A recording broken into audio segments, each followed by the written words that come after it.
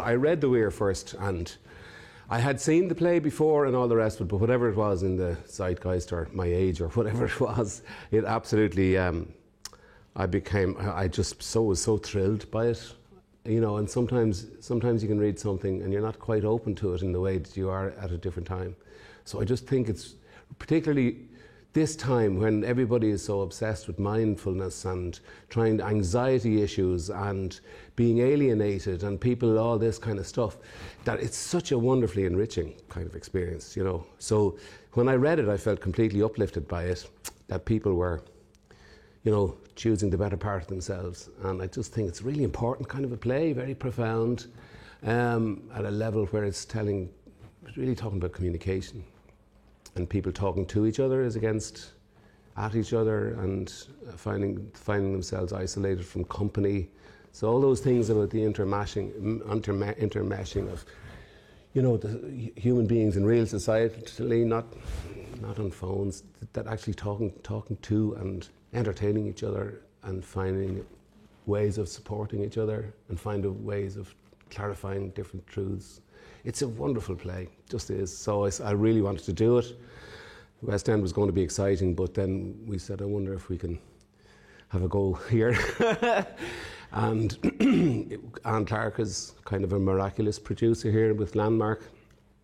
And once she came on board, we knew it was going to happen. So fantastic cast. It's a kind of a dream ticket, for me, it really is.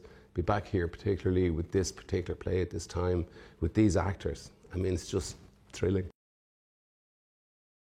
Conor himself is directing it, and that of itself is like such a cultural sort of, it's just a kind of it's the first time he directed his own play, and there's 20 years distance in it, so he's had time enough to allow other people in at it, which is kind of brilliant, and now he can kind of hone it in the way that he sees the way it goes. What is it like, though, to be acting in a play directed by the writer? Is that different? It can be. It depends. It's purely down to the person. There's no rule of thumb or anything like that. Some people are really good at directing their own work. Some people find the same priorities in their direction as they did in the writing, which is unnecessary.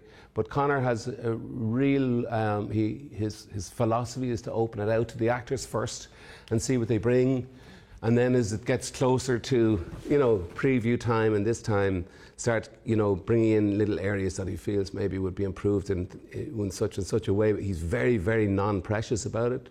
So he wants to know what the actors bring to the table. It's very liberating, but it's good. He has the control, and then he has the authority that he actually wrote it. So it's his baby, you know. So you kind of have to, you have to understand that it's a privilege to have it straight from the horse's mouth. You know, you don't need to question this. The intent in writing it was this. So it's all that about. It's a little kind of the creativity between reflecting what he wrote and then trying maybe to bring an aspect to it that is personal to you. It's kind of great. How did you approach, I suppose, the build-up to the monologue? Jack comes across initially, you know, as a storyteller, and you don't realise the deep vulnerabilities in the character. How did you, suppose, build up to that big, emotionally demanding?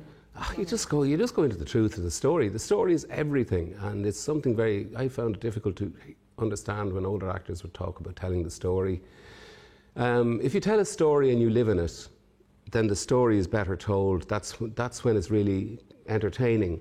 So it's really about being in whatever you're expressing. That's really what it is.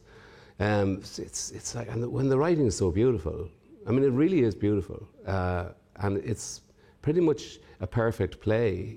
There's no real need to be tossing about with it. So, you know, Conor's having little bits of fun here and there, putting in little gags here and there that are kind of either visual or just little, you know, it's just we're having fun with it and he's having fun with it. But ultimately, you know, the bulwark of the play is the kind of emotional content of it and all those vulnerabilities. I mean, we're all vulnerable, you know, it's not hard to understand. It's a question of whether we let anybody in or not, or whether we're allowed to.